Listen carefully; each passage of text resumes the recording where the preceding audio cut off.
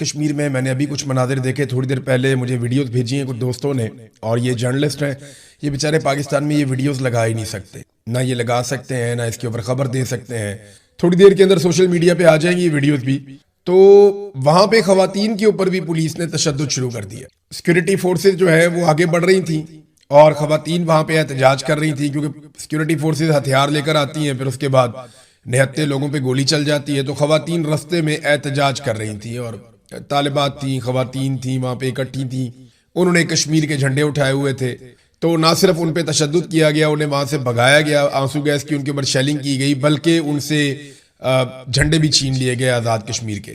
یہ بڑی تکلیف دہ بات ہے۔ میں جب یہاں پہ لندن میں احتجاج کرنے گیا تھا نا، تو مجھے کئی لوگ ملے اور انہوں نے کہا یار پہلی دفعہ ہماری خواتین کو گھر سے باہر آنا پڑا، یہ ریاست نے ہمارے ساتھ بڑا ظلم کیا۔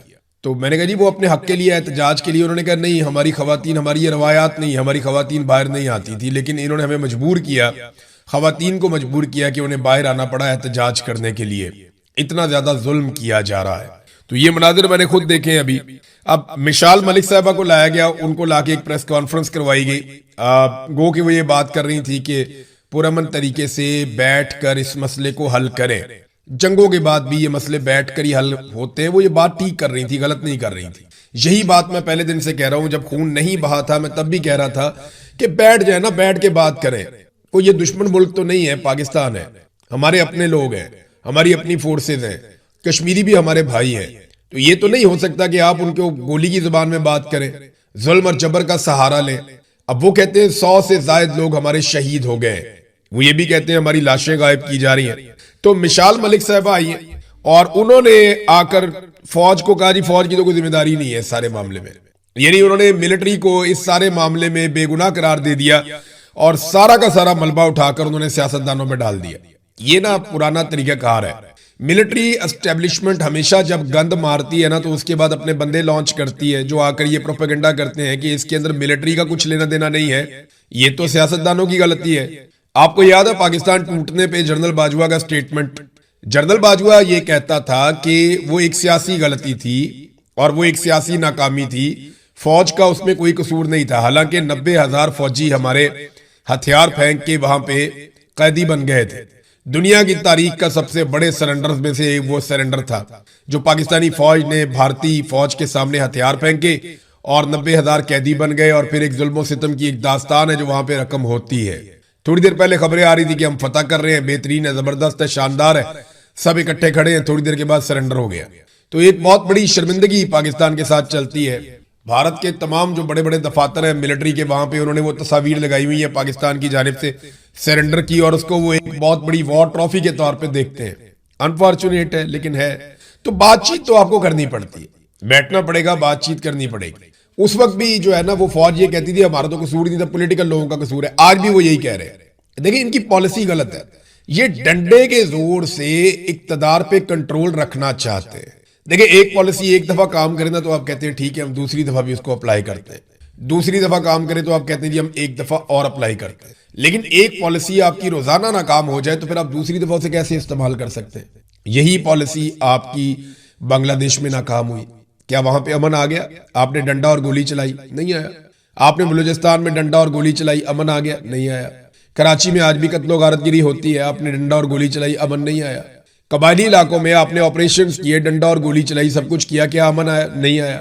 بھئی جب یہ پالیسی غلط ہے تو آپ پورے پاکستان کو بد امنی میں کیوں جھونک رہے ہیں؟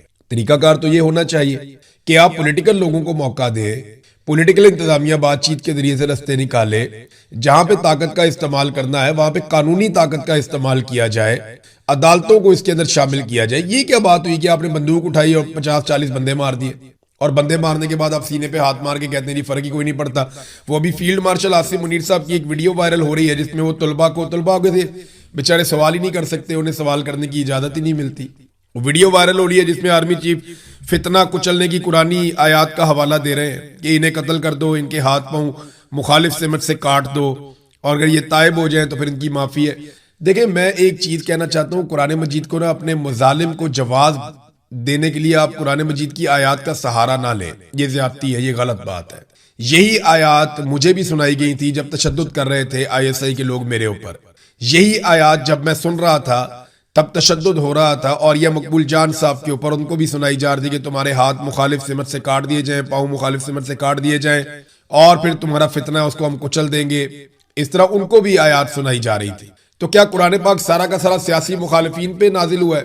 جو عاصم منیر صاحب کو پولیٹیکلی ان کی مخالفت کرے گا قرآن پاک کیا اس کے اوپر نازل ہوا ہے؟ میرے چند سوالات ہیں اس میں. ایک تو یہ کہ کیا آپ قرآنی اور اسلامی تعلیمات پہ عمل کر رہے ہیں جو آپ یہ کہتے ہیں؟ کیا اس سعودی نظام کے ساتھ آپ خود کو امیر المومنین سمجھنا شروع ہو گئے؟ ملک میں سعودی نظام لگا ہوا ہے. ظالم حکمران کے سامنے کلمہ حق کہنا کیا ہوتا ہے؟ وہ افضل جہاد ہوتا ہے.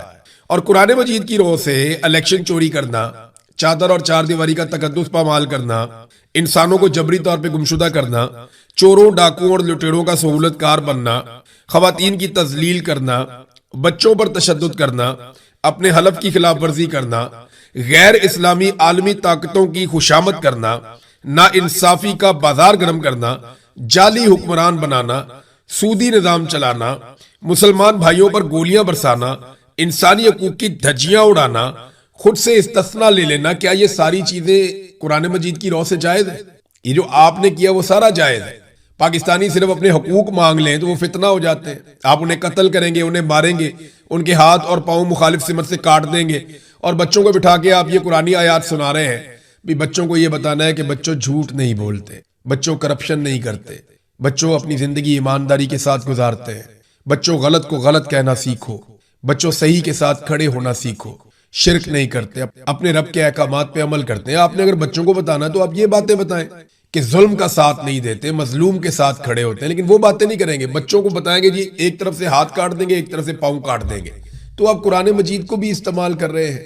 اگر پاکستان، یہ صرف آپ نے نہیں پڑھا ہوا قرآن مجید فیلڈ مارشل صاحب، یہ پورے پاکستانیوں نے پڑھا ہوا ہے. پاکستانیوں نے اگر قرآن مجید کی آیات کا حوالہ دینا شروع کر دیا نا تو یہاں پہ لوگوں کو منہ چھپانے کا موقع بھی نہیں ملے گا، جگہ بھی نہیں ملے گی. قرآن مجید میں اتنی کلیئرٹی ہے ظلم کو اور ظالموں کو لے کر. مظلوموں کے لیے قرآن مجید میں کیا ہے وہ بھی آپ وہاں پڑھ لیں جا کے. بے شمار قرآن مجید کی آیات ہیں جو آج ان کو جو ہے وہ پس پشت ڈالا جا رہا ہے. فضل الرحمان خود کہتے ہیں کہ جی قرآن مجید کے خلاف جو ہے وہ یہاں پہ قانون سازیاں ہو رہی ہیں. آپ کا اپنا قریبی مولوی ہے نا، بہت تعلق والا ہے آپ کا، اسی لیے اس کے اوپر ابھی تک آپ نے مقدمہ بھی درج نہیں کیا. اور فضل الرحمان کو آپ نے موقع بھی دیا ہوا ہے کہ چڑھ کے رہو، ہیرو بن جاؤ، ہمیں گالیاں دو، پاکستان تحریک انصاف سے اس کی مقبولیت چھین لو. اسی لیے فضل الرحمان کو فری ہینڈ دیا ہوا ہے نا. اس کے اوپر تو تمام تر بیانات دینے کے باوجود ایک مقدمہ آپ نے درج نہیں کیا، جبکہ عمران خان کی بہنوں پہ مقدمات درج کر رہے ہیں. ذرا آجے واپس وہ پہلے والی بات کے اوپر، واپس میں عمران خان صاحب کی بہنوں والے معاملے پہ آؤں گا. یہ ناظرین مشال ملک آئی ہیں، وہ یہ کہتی ہیں کہ جناب یہ فوج کا قصور نہیں ہے، یہ قصور جو ہے وہ سیاستدانوں کا ہے، سیاستدان ذمہ دار ہیں جو کچھ بھی ہوا ہے. یہ مشال ملک صاحبہ کہہ رہی ہیں. لیکن سیاستدان تو بیچارے نہ 3 میں نہ 13 میں، وہ بیچارے روتے پٹتے رہتے ہیں کہ نہ ہمیں اقتدار ہماری مرضی سے ملتا ہے، نہ ہم فیصلے اپنی مرضی سے کر سکتے ہیں. آج پیپلز پارٹی کی وہاں پہ حکومت ضرور ہے، وہ ہر گند کی سہولت کار ضرور ہے، لیکن اصل کاروائی تو وہاں پہ ایجنسیاں ڈال رہی ہیں. اصل کاروائی جو ہے وہ تو ملٹری اسٹیبلشمنٹ ڈال رہی ہے. اپنے اقتدار کو دوام بخشنے کے چکر میں ہر جگہ پہ انہوں نے ظلم کیا، اور اب جتنے بندے شہید کر دیے گئے ہیں یہ کس کے کھاتے میں ڈالے جائیں گے؟ بھی کسی کا تو سر لیا جائے گا نا. 100 کے قریب بندے جوائنٹ عوامی ایکشن کمیٹی کے مطابق ان کے شہید ہو گئے ہیں. اب یہ کسی کے سر میں تو جائے گا. اور دیکھیں مذاق کیسے اڑاتے ہیں. ابصار عالم کو دیکھیں، اچھا خاصا سینئر جرنلسٹ تھا، بعد میں سرکاری ملازم بن گیا، پھر اعلان کیا کہ میں کبھی بھی دوبارہ صحافی نہیں بنوں گا. اب وہ یہ کہہ رہا ہے کہ خواتین کو اور بچوں کو جوائنٹ عوامی ایکشن کمیٹی والے ڈھال بنا کر استعمال کر رہے ہیں تاکہ وہ مر جائیں. کیسی بے شرمی اور ڈٹائی ہے بھئی. کون سا بچہ یا خاتون انہوں نے آگے کی جس کو گولی لگ گئی؟ جتنی گولیاں لگی وہ کشمیری نوجوانوں کو اور بزرگوں کو لگی ہیں. وہ تو جیسے ہی ان کو پتا چلتا ہے کہ کریک ڈاؤن ہو رہا ہے یا ہونے والا ہے، وہ سب سے پہلے اپنی خواتین کو اور بچوں کو محفوظ بناتے ہیں. یہ کیسی بے شرمی ہے اور بے غیرتی والا سٹیٹمنٹ ہے. یعنی مجھے سمجھ نہیں آتی کہ یہ کیسے لوگ ہیں، ان کے سینے میں دل ہی نہیں ہے.